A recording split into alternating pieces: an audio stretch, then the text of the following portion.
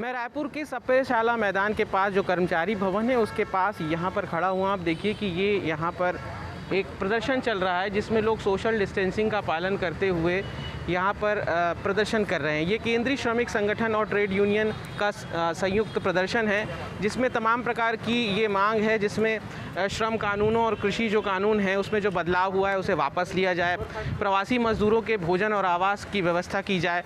और जिस प्रकार से कोरोना काल में बहुत सारे फैसले सरकार की ओर से हुए हैं और बहुत सी ऐसी बातें हैं जिसको लेकर वो चाहते हैं कि सरकार उनकी बात सुने, उस पर वो बात करना चाहते हैं। सर, किस प्रकार की मांगे हैं आप लोगों की?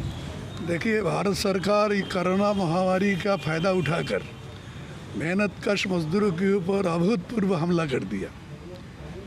देश के तमाम सेंट्रल ट्रेड यूनियन ये कह रही है कि कोरोना से निपटने के लिए जो प्रवासी मजदूर है, जो गरीब लोग हैं, उनको 7,500 रुपया प्रति माह 6 महीने के लिए कम से कम देना चाहिए। हम ये भी कह रहे हैं कि 10 किलो अनाज प्रति व्यक्ति देना शुरू करना चाहिए, लेकिन सरकार अब तक कुछ नहीं किया। जो भी घोषणाएं हो रही है सब बकवास है। मजदूरों के ऊपर हमला करने के लिए तमाम श्रम कानूनों को लंबित कर दिया।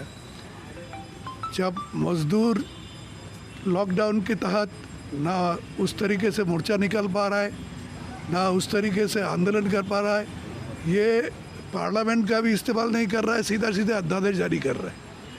इसलिए ये जनवाद का खून कर रहा है, जनवाद पर हमला किया और इसकी हत्या कर दिया मोदी सरकार। अभी देखिए 3 दिन से कोल माइंस का स्ट्राइक चल रही है, सारे यूनियन एक साथ मिलकर हड़ताल कर रहा है।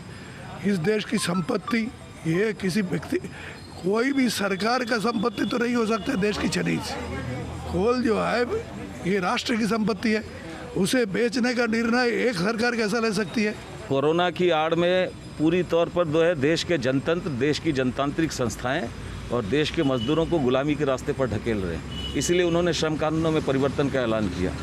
इसीलिए वो कोरोना की आड़ में जब देश को सबसे ज़्यादा जो है संकट से उभारने के लिए आम जनता को राहत देना है, उसकी बजाय इस कोरोना संकट को पूंजीपतियों को राहत देने की योजना में तब्दील कर दिया। कहीं ना कहीं ट्रेड यूनियंस की ओर से जो विरोध तेज हो रहे हैं वो इस बात को दर्शाते हैं कि हालात कैसे भी हों, जनतंत्र और जनवादी तरीके से तमाम लोग अपनी बातें सरकार के सामने रखते रहेंगे। स्वराज एक्सप्रेस के लिए रायपुर से वीडियो जर्नलिस्ट प्रकाश सिंह के साथ धीरेन्द्र गिरी गोस्वामी।